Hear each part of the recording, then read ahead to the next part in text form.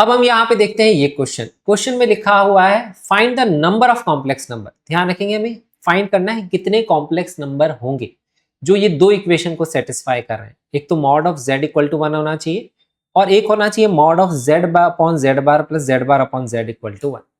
इसका मतलब क्या, हमें इन दोनों इक्वेशंस को सॉल्व करना है और बताना है z कितने आएंगे। अब z की फॉर्म में तो सॉल्व नहीं कर सकते, लेकिन दो तरीके हैं सॉल्व करने के। एक है हम कार्टेशियन फॉर्म यूज करें x प्लस आइटा y की, और एक हम पोलर फॉर्म या एक्सपोनेंशियल फॉर्म यूज करें थीटा निकाल। अब यूनिमॉड्यूलर कॉम्प्लेक्स नंबर के जो क्वेश्चंस होते हैं उसमें काफी कॉमन पैटर्न होता है जो मैं डिस्कस करता हूं, इंपॉर्टेंट थॉट प्रोसेस है। यूनिमॉड्यूलर का मतलब क्या है, ऐसे कॉम्प्लेक्स नंबर जिसका मैग्नीट्यूड 1 होता है। तो ऐसे क्वेश्चंस में क्या होता है, mod of z equal to 1 है, इसका मतलब क्या है, उसका स्क्वायर भी 1 है, ये तो हमें पता ही। तो इसको हम लिख सकते हैं z बार, क्योंकि z बार क्या होता है, मॉड z का स्क्वायर। तो इससे हम हमेशा लिख सकते हैं z बार इक्वल टू 1। और काफी कॉमन क्वेश्चन टाइप होता है जिसमें एग्जाम में ना ये इन्फॉर्मेशन ऐसे लिखी होगी कि z bar is equal to 1 upon z, मतलब या तो 1 अपॉन z लिखा होगा जिसको आपको z बार लिखना है, या 1 अपॉन z बार लिखा होगा जिसको आपको z लिखना है। क्योंकि आप जब देखिए क्रॉस मल्टीप्लाई करेंगे तो 1 ही आना, और यहाँ पे देखिए 1 अपॉन z बार 1 अपॉन z आपको दिख रहा है। तो ये जो सेकंड इक्वेशन है ये इसी तरह से दी हुई है, ये दिया हुआ है ऐसे कि 1 अपॉन z बार जो है इसको आप लिख लो z, तो ये z स्क्वायर हो जाएगा, और यहाँ पे 1 अपॉन z उसको लिख लो z बार, तो ये z बार का स्क्वायर हो जाएगा। तो ये इक्वेशन ऐसे भी लिखी जा सकती है, जान करके ऐसे लिखा जाता है सिर्फ इसके कॉन्सेप्ट को, इस वाले को यूज करने के लिए। ये काफी कॉमन तरीका एग्जाम में यूनिमॉड्यूलर कॉम्प्लेक्स नंबर के क्वेश्चंस में इक्वेशंस बनाने का। तो क्वेश्चन ये है कि mod of z equal to 1 और मॉड ऑफ ये वाली वैल्यू इक्वल टू 1, इससे हमें बताना है कितने कॉम्प्लेक्स नंबर आएंगे। दो मेथड से देखेंगे। पहला मेथड है x plus iota y Cartesian form, आप z की जगह x plus iota y put कर लो और सॉल्व कर लो। तो यहाँ पुट करेंगे तो आएगा x square plus y square equal to 1, क्योंकि मैग्नीट्यूड 1 है, under root x square plus y square equal to 1, square करेंगे तो वही इक्वेशन आएगी। यहाँ पुट करेंगे तो एक्स प्लस आइटा वाई का स्क्वायर आएगा, और यहाँ आएगा एक्स माइनस आइटा वाई का स्क्वायर का मॉड इक्वल टू 1। अब यहाँ पे अगर आप सॉल्व करेंगे तो ये वैल्यू आएगी x square plus y square plus 2 iota x y, plus y square नहीं आएगा, माइनस वाई स्क्वायर। क्यों?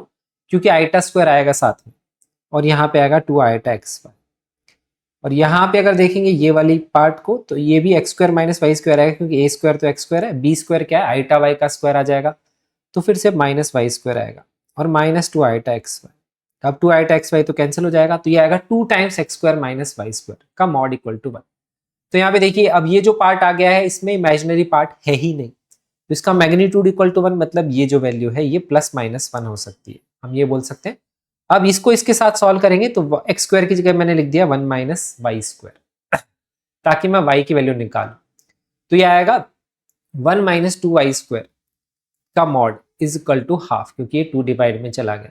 तो 2 y square minus 1 plus half भी हो सकता है, माइनस हाफ भी हो सकता है, क्योंकि मैग्नीट्यूड ऑफ रियल नंबर जब भी दिया हुआ है तो उसमें दो इक्वेशंस बनती है कि वो प्लस भी हो सकता है माइनस भी।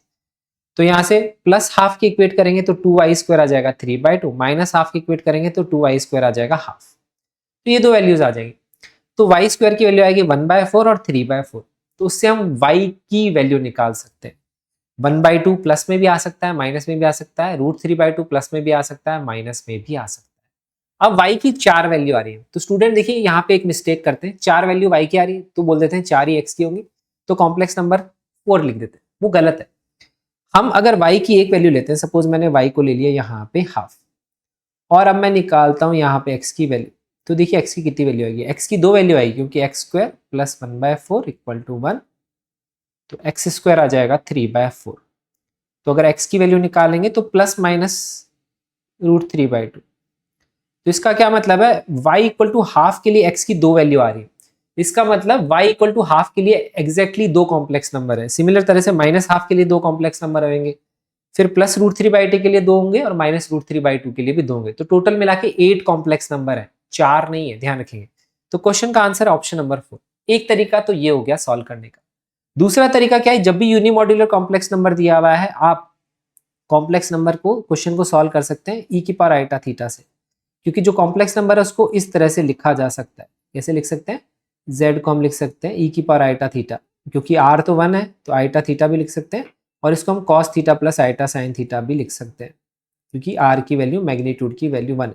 आप ऐसे भी सॉल्व कर सकते हैं, क्योंकि यहाँ पे अगर आप इस तरह से वैल्यू पुट करेंगे तो भी वही आंसर आएगा। अब z स्क्वायर क्या होगा, e की पावर आइटा 2 थीटा हो जाएगा, डबल हो जाएगा एंगल का, तो यहाँ पे cos 2 theta plus iota sine 2 theta, cos 2 theta minus iota sine 2 theta. अब देखिए इसमें स्क्वायरिंग करने पे कैलकुलेशन कम है, इसमें स्क्वायरिंग करके आगे कैलकुलेशन ज्यादा है। कैसे देखिए, तो ये इससे कैंसिल हो जाएगा, तो ये आएगा mod of 2 cos theta, 2 cos 2 theta equal to 1, तो mod of cos 2 theta equal to half. अब इससे कैसे पता लगेगा कि 8 कॉम्प्लेक्स नंबर्स है, तो उसको समझते हैं। तो अब अगर मैं इस इक्वेशन को देखूंगा तो ये कुछ ऐसा लिखा है, cos 2 theta is equal two plus half and minus half, ये दो हैं।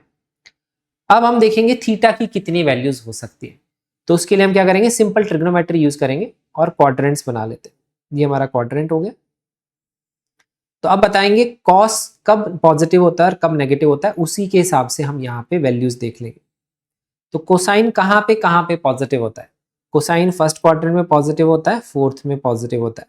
तो उसके हिसाब से cos 2 theta equal to half के लिए दो ही आने चाहिए कॉम्प्लेक्स नंबर, दो ही एंगल आने चाहिए ना थीटा, और इसके लिए भी दो आने चाहिए क्योंकि जहां पे नेगेटिव होता है, तो टोटल 4 ही हो गए। फिर 8 कैसे आए, तो अब यहाँ पे एक और चीज ध्यान रखनी है, जहां पे भी मिस्टेक होती है वो ये है कि जब भी हम कॉम्प्लेक्स नंबर z डिफाइन किया तो ध्यान रखिए उसके लिए हमने थीटा डिफाइन किया।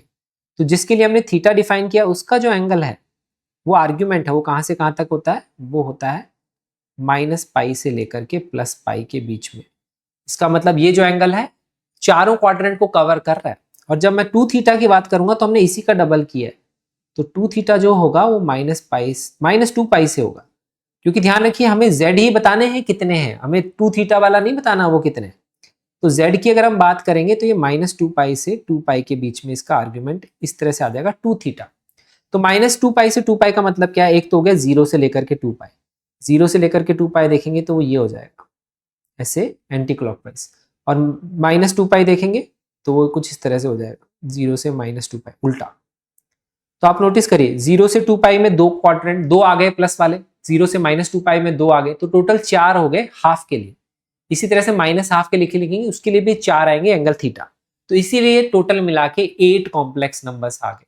तो आप ऐसे भी सॉल्व कर सकते हैं, लेकिन इसमें आगे क्लियर होना चाहिए कि कॉन्सेप्ट बाय कॉन्सेप्ट कहाँ गलती हो सकती है, क्योंकि क्वेश्चन के ऑप्शन में 8 भी दिया है 4 भी दिया है, यहीं पे स्टूडेंट्स मिस्टेक कर देते हैं। कैलकुलेशन इसमें बहुत कम है लेकिन इसमें मिस्टेक होने के चांसेस काफी ज्यादा है।